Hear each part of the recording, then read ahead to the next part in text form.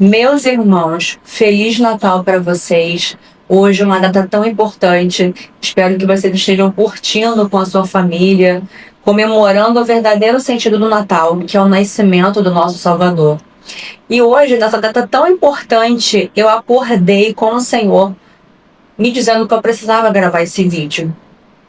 Tenho certeza, irmãos, que se vocês ouvirem essa mensagem e praticar o que aqui foi dito, 2026 vai ser totalmente diferente na vida de cada um de vocês. Fica até o final desse vídeo que você vai entender o porquê disso. Irmãos, esse ano de 2025 para mim foi um ano assim muito imprevisível. Eu digo que metade do ano coisas muito boas aconteceram e na outra metade do ano coisas um pouco complicadas aconteceram. Coisas que a gente não estava esperando simplesmente aconteceram, né? E às vezes a gente fica se perguntando, né, por que certas coisas acontecem? Por que isso aconteceu comigo? Por que essa coisa tão chata, tão ruim aconteceu comigo? O que eu fiz para que isso acontecesse? Claro, meus irmãos, quando algo assim acontece na sua vida, você precisa, antes de pensar em qualquer coisa, por exemplo, estou sendo injustiçado, porque isso aconteceu comigo. Antes de pensar qualquer coisa como essa, o seu papel diante do Senhor é questioná-lo se aquela situação ruim que está acontecendo veio por alguma questão sua. Por exemplo, você desobedeceu a palavra do Senhor, você não consultou a Deus, você agiu por impulso e por causa disso situações ruins aconteceram. Ou se aquela situação que aconteceu na sua vida simplesmente é algo maligno, né? A gente sabe que Satanás ele tenta contra a nossa vida o tempo todo. Ou se simplesmente é algo do propósito de Deus, né? A gente precisa entender isso. Algo ruim aconteceu? Qual é o seu papel diante disso? Orar ao Senhor. Primeira coisa, descartar a hipótese de você ter sido um culpado para aquela coisa ruim ter acontecido. Se você foi o culpado, o que você tem que fazer? Se arrepender diante do Senhor, pedir a Deus perdão e direcionamento para resolver esse problema que você mesmo causou. Se foi algo demoníaco, alguma coisa, sabe, infernal, assim, que veio uma seta do inimigo para a tua vida, você vai lutar com o Senhor até que essas forças espirituais do mal recuem na sua vida. E se for a terceira opção, ou seja, é um propósito de Deus, meu amigo, então não tem o que fazer. É aceitar mesmo e viver. Viver com Cristo o dia mal. E aí, eu não queria me ater com vocês apenas a esse ano de 2025. Porque eu acredito que muitos aqui também passaram por situações muito delicadas, muito difíceis. E não teve resposta, né? O porquê que certas coisas não aconteceram. Eu queria até comentar um pouco mais e um pouco mais além com vocês, para vocês entenderem o sentido desse vídeo. E aí eu olho para minha vida como um todo. Quantas coisas aconteceram na minha vida de muito ruim, gente. Meu Deus, a minha infância, a minha adolescência foram períodos horríveis, sabe? Eu vivi coisas assim que uma criança não pode passar. Nem o ser humano pode passar. A gente não pode viver certas situações assim que nos levam ao sofrimento extremo. E eu passei por isso. Eu digo que a minha vida começou a melhorar quando eu conheci meu marido. Mas ela verdadeiramente foi transformada há 4 anos atrás. Que foi quando eu e ele verdadeiramente viemos a conhecer o Senhor Jesus. Apesar da gente estar frequentando uma igreja há mais de 9 anos, nós não éramos crentes, não éramos cristãos. E existe uma diferença gritante entre ser crente e ser um frequentador de igreja. Frequentar a igreja não significa ser cristão. Eu fui entender isso 4 anos atrás. E aí, devido a todas essas coisas ruins que aconteceram na minha vida, obviamente isso ficaram traumas dentro de mim. Situações que me desenvolveram comportamentos, atitudes, abalos psicológicos que até hoje me assolam. Vocês vão entender onde eu quero chegar com isso. E aí, meus irmãos, olhando para a minha vida, para o ano de 2025 e para situações que acontecem que são tristes para nós, Deus ele me trouxe uma palavra. Isso, ele me trouxe essa palavra quando eu questionava muito ao Senhor o porquê de algumas coisas terem acontecido na minha vida em relação à minha infância e minha adolescência. Quem está mais tempo no canal sabe dos meus testemunhos. Eu sempre falo em cada vídeo um pouquinho dele. Tem vídeos que eu falo um pouco mais sobre ele. O vídeo do perdão fala muito sobre as minhas vagas que eu tinha, ressentimentos, tudo aquilo que me afetou demais. Lá eu conto uma parte considerável do meu testemunho. Inclusive, eu oriento vocês a assistirem, porque isso liberta uma vida. Nesse período em que eu ficava questionando muito ao Senhor, me veio uma palavra. Eu assisti uma pregação forte demais, gente. Que pregação abençoada. Falava sobre a crucificação de Cristo. Meus irmãos, quando a gente olha para a crucificação do nosso Senhor Jesus, a gente vê quantas coisas ruins ele passou, né? A Bíblia, ela relata cerca de 25 profecias sobre a crucificação de Cristo. E quando a gente vai olhar, cada uma delas aconteceu no período da crucificação do Senhor. Por exemplo, o profeta Zacarias, ele profetizou que Jesus seria vendido por 30 moedas de prata. Isso aconteceu. O profeta Isaías, ele profetizou que ele seria esbofeteado, cuspido, né, transpassado ali na sua crucificação. E isso aconteceu. O salmista vai dizer que as vestes do nosso Senhor Jesus seriam rasgadas, lançadas à sorte. E isso aconteceu. Analisando essa pregação sobre a crucificação de Cristo, o que Deus falou comigo foi que as coisas ruins que aconteceram ali para que o nosso Senhor fosse crucificado, todas elas aconteceram para que se cumprisse as Escrituras, o propósito do Senhor. E isso veio com uma flecha no meu coração, porque Deus falou assim: minha filha, se o meu filho, crucificado na cruz, precisou passar por tantas coisas ruins, aparentemente ruins, só que na verdade aquilo estava sendo um cumprimento de uma profecia que dirá nós que vamos viver períodos ruins, coisas ruins, que na maioria das vezes é por um propósito de Deus que nós não sabemos. E aí eu me questionava muito: meu Deus, Senhor, mas um propósito do Senhor, como assim? E aí ele me trouxe a palavra que está escrito lá em Deuteronômio 29, diz assim: as coisas encobertas pertencem ao Senhor, nosso Deus, porém as reveladas nos pertencem a nós e a nossos filhos, para que cumpramos todas as palavras desta lei. E aí Deus falou assim comigo: minha filha, tem coisas que você vai entender ao longo da sua vida o porquê que aconteceram. Outras você nunca vai saber. Você não vai ter ciência do porquê você passou por certas coisas na sua vida. Mas tudo teve um propósito.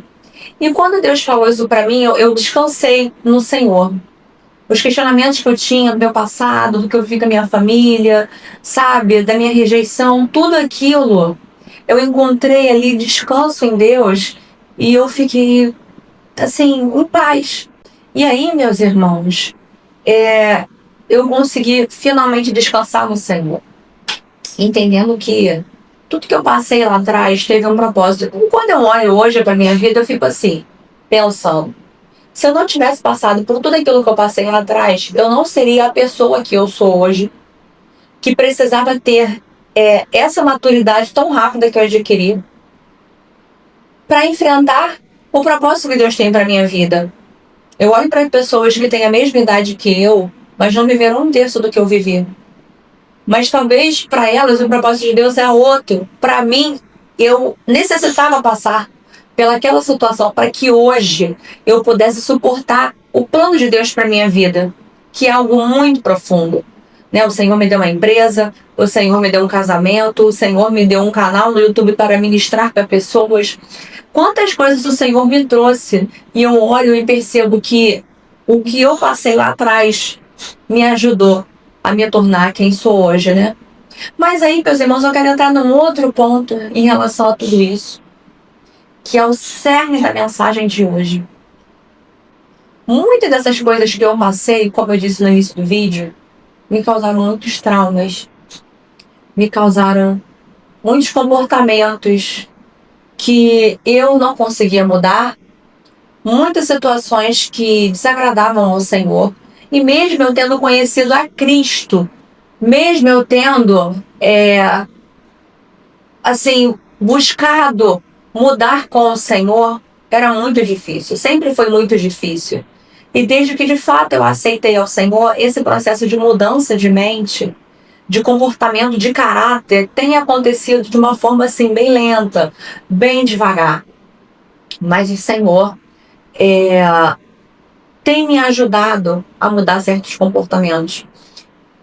Uma das coisas, meus irmãos, que Deus tem falado muito comigo recentemente, principalmente depois que eu mudei para essa igreja que eu estou hoje, tem um ano, é sobre curas emocionais. Porque, meus irmãos, eu me deparei com a Vanessa, devido aos traumas do passado, uma pessoa muito difícil de conviver.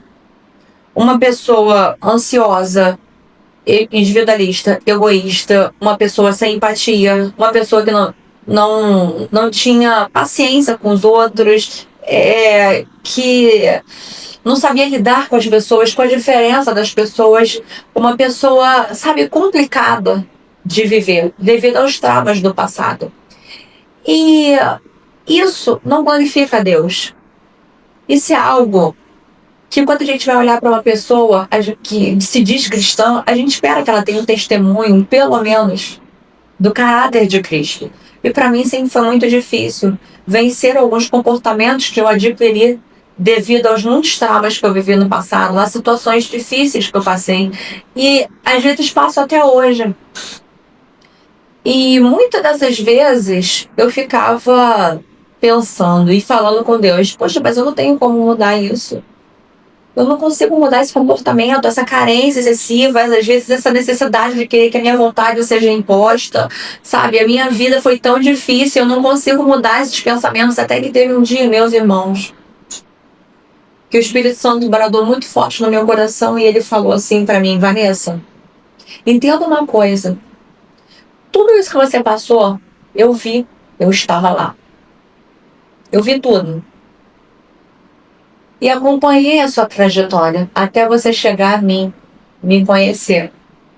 Acontece que hoje você me conhece, você é minha filha. E a minha palavra diz, a palavra do Senhor fala, meus irmãos, né? Que Ele faz nova todas as coisas.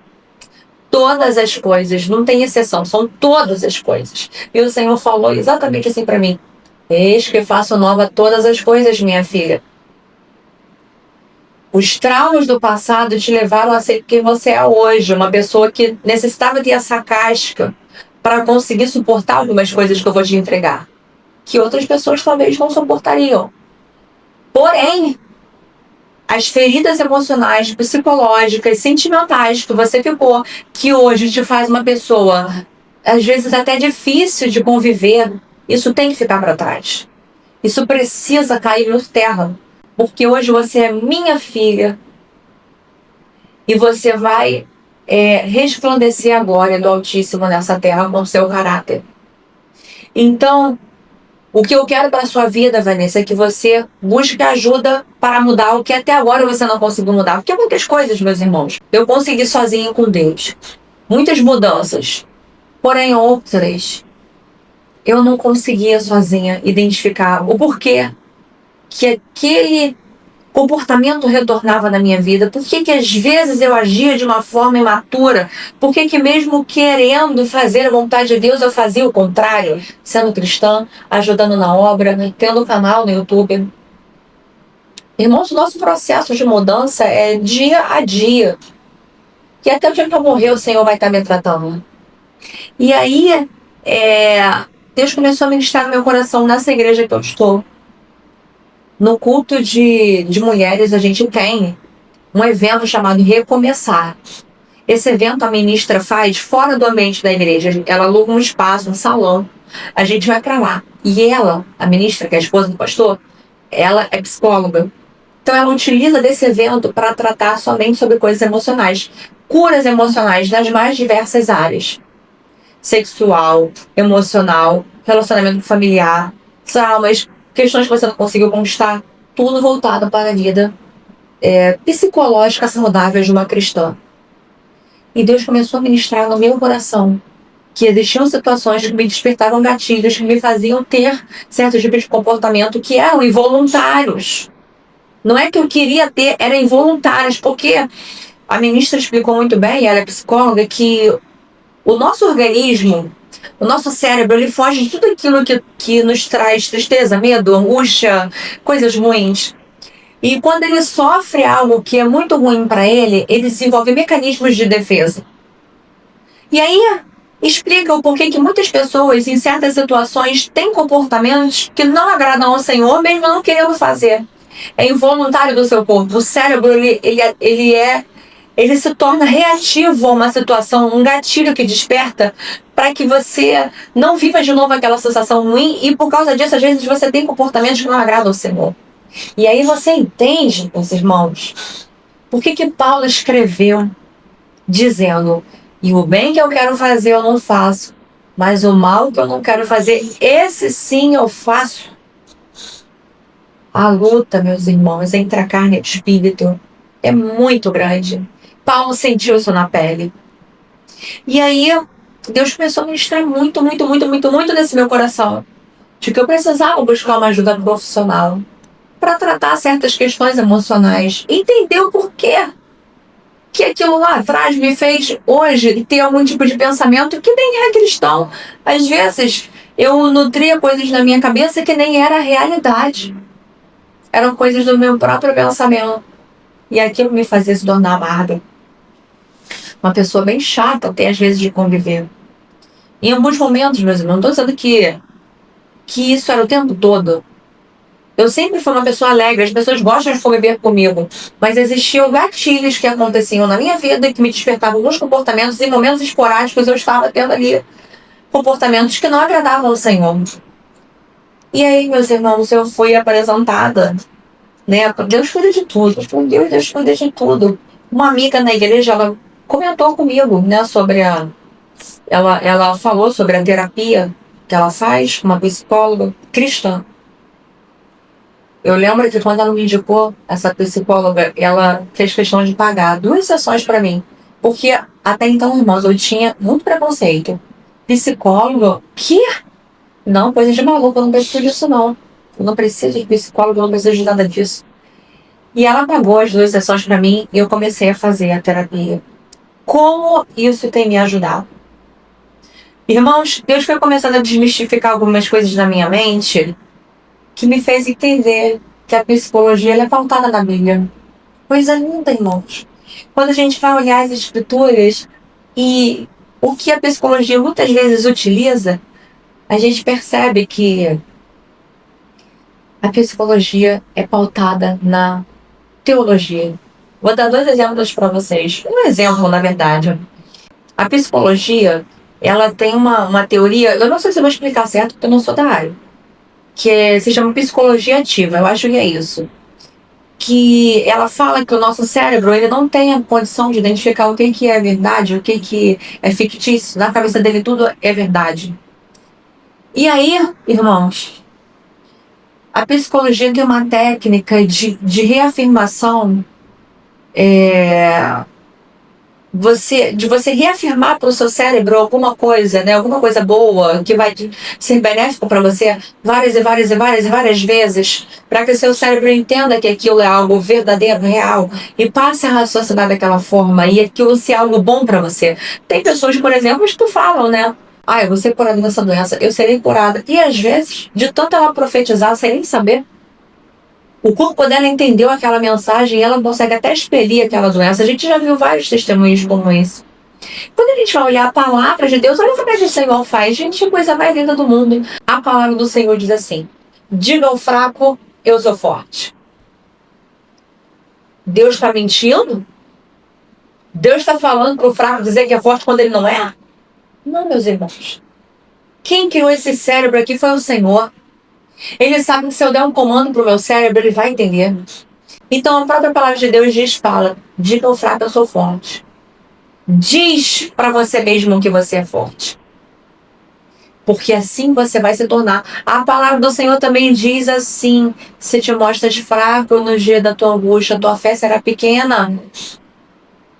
Ou seja, como você se comporta no dia da angústia? Quando você se mostra fraco, tu já mandou um comando pro seu cérebro. Aquilo dali já vai fazer todo o seu corpo responder de forma negativa.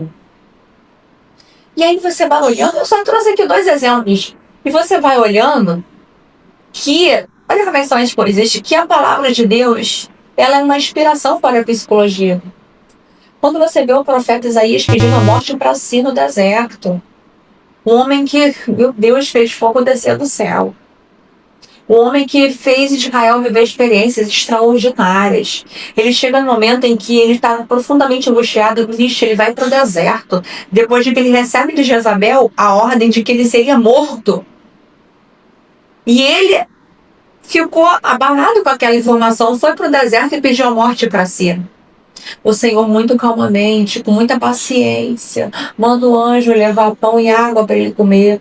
Depois Deus aparece para ele no redemoinho. Deus, com toda a paciência, vai ajudando Isaías a sair daquele momento de tristeza profunda. Irmãos, Deus sabe como tratar com cada um de nós. Ele vai achar o escape para a nossa vida. E comigo, o que Deus tratou é que eu precisava começar uma terapia. Obviamente, com uma pessoa cristã. E eu comecei uma terapia com essa psicóloga, bem assim, receosa. E ela tem me ajudado a identificar algumas situações que me deixavam ter atitudes não agradáveis, né? Descobri que a minha ansiedade me atrapalhava muito. Tantas coisas, irmãos, que só vocês fazendo para vocês entenderem. Óbvio, a terapia não é uma bengala. Não é uma coisa que você vai viver a vida inteira fazendo. Não é. É um período ali que você vai ser acompanhado por um profissional para você destravar em áreas que você não conseguia destravar. Para você enxergar pontos na sua vida que você nem sabia que existia.